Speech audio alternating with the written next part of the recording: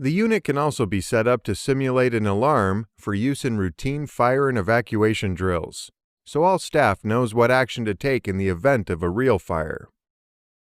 At the core of a fire alarm system are the detection devices, from sophisticated intelligent smoke detectors to simple manually operated break glass units. There are a wide array of different types, but we can divide them into groups, including heat detectors, smoke detectors, carbon monoxide detectors, multi-sensor detectors, and manual call points. A heat detector can either work on a fixed temperature basis, where it will trigger an alarm if the temperature exceeds a preset value, or they can work on the rate of change in temperature. Commonly, heat detectors work in a similar way to an electrical fuse. The detectors contain a eutectic alloy, which is heat sensitive. When a certain temperature is reached, the alloy turns from a solid to a liquid, which in turn triggers the alarm. There are three basic types of smoke detectors, including ionization, light obscuring, and light scattering. An ionization smoke detector generally contains two chambers. The first is used as a reference to compensate for changes in ambient temperature, humidity, or pressure. The second chamber contains a radioactive source, usually alpha particle, which ionizes the air passing through the chamber where current flows between two electrodes. When smoke enters the chamber, the current flow decreases. The drop in current flow is used to initiate an alarm. The light scattering smoke detector operates on the Tyndall effect. A photocell and light source are separated from each other by a darkened chamber, such that the light source does not fall on the photocell. The passage of smoke into the chamber causes the light from the source to be scattered and fall on the photocell. The photocell output is being used to initiate an alarm. In the light obscuring smoke detector, smoke interferes with a light beam between a light source and photocell. The photocell measures the amount of light it receives. The variation in photocell output is being used to initiate an alarm. This type of detection can be used to protect large areas, with a light source and photocell positioned some distance apart. Carbon monoxide detectors are also known as CO fire detectors and are electronic detectors used to indicate the outbreak of fire by sensing the level of carbon monoxide in the air. Carbon monoxide is a poisonous gas produced by combustion. In this instance, these detectors are not the same as carbon monoxide detectors used in the home for protecting residents against carbon monoxide produced by incomplete combustion in appliances such as gas fires or boilers. Carbon monoxide fire detectors use the same type of sensor as those in the home, but are more sensitive and respond more quickly. Carbon monoxide detectors have an electrochemical cell, which senses carbon monoxide, but not smoke or any other combustion products. The multi-sensor detectors combine inputs from both optical and heat sensors and process them using a sophisticated algorithm built into the detector circuitry. When pulled by the control panel, the detector returns a value based on the combined responses from both the optical and heat sensors.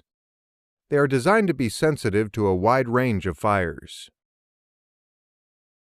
A manual call point or break glass call point is a device which enables personnel to raise the alarm by breaking the frangible element on the fascia. This then triggers the alarm. Fire alarm systems can be broken down into four main types: conventional, addressable, intelligent fire systems, and wireless systems. Let's spend some time considering each. In a conventional fire alarm system, physical cabling is used to interconnect several call points and detectors, the signals from which are wired back to the main control unit. Call points and detectors are arranged in zones to simplify locating the cause of the alarm. This is important for both the fire brigade and general building management.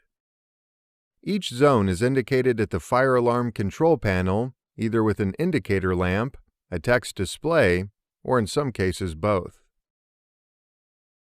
It makes sense that the more we can divide a building into zones, the more accurate locating the alarm trigger will be.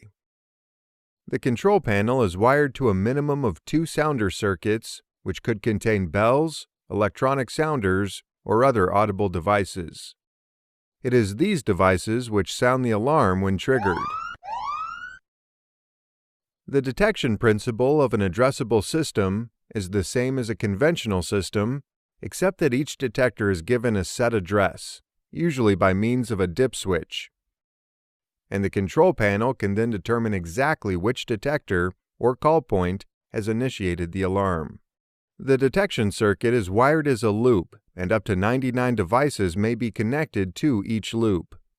It is common for the loop to be fitted with loop isolation modules, so that the loop is sectioned in order to ensure that a short circuit or single fault will only cause the loss of a small part of the system, allowing the rest of the system to function normally. In the previous 2 systems, the conventional system and the addressable system, the detectors are not considered intelligent, as they can only give output signals representing the value of detected phenomena. It is left up to the control unit to decide whether there is a fire, fault, pre-alarm, or other. However, in our next type of system, which is an intelligent fire alarm system, each detector effectively incorporates its own computer, which evaluates the environment around it and communicates to the control panel whether there is a fire, fault, or the detector head needs cleaning. Essentially, intelligent systems are far more complex and incorporate far more facilities than conventional or addressable systems. Their primary purpose is to help prevent the occurrence of false alarms. Intelligent fire alarm systems are available in 2, 4, and 8-loop versions, which means large premises can be monitored from one single panel. The final type of system we will consider is the wireless fire alarm system. These are an effective alternative to traditional wired fire alarm systems for all applications. They utilize secure license-free radio communications to interconnect the sensors and devices with the controllers.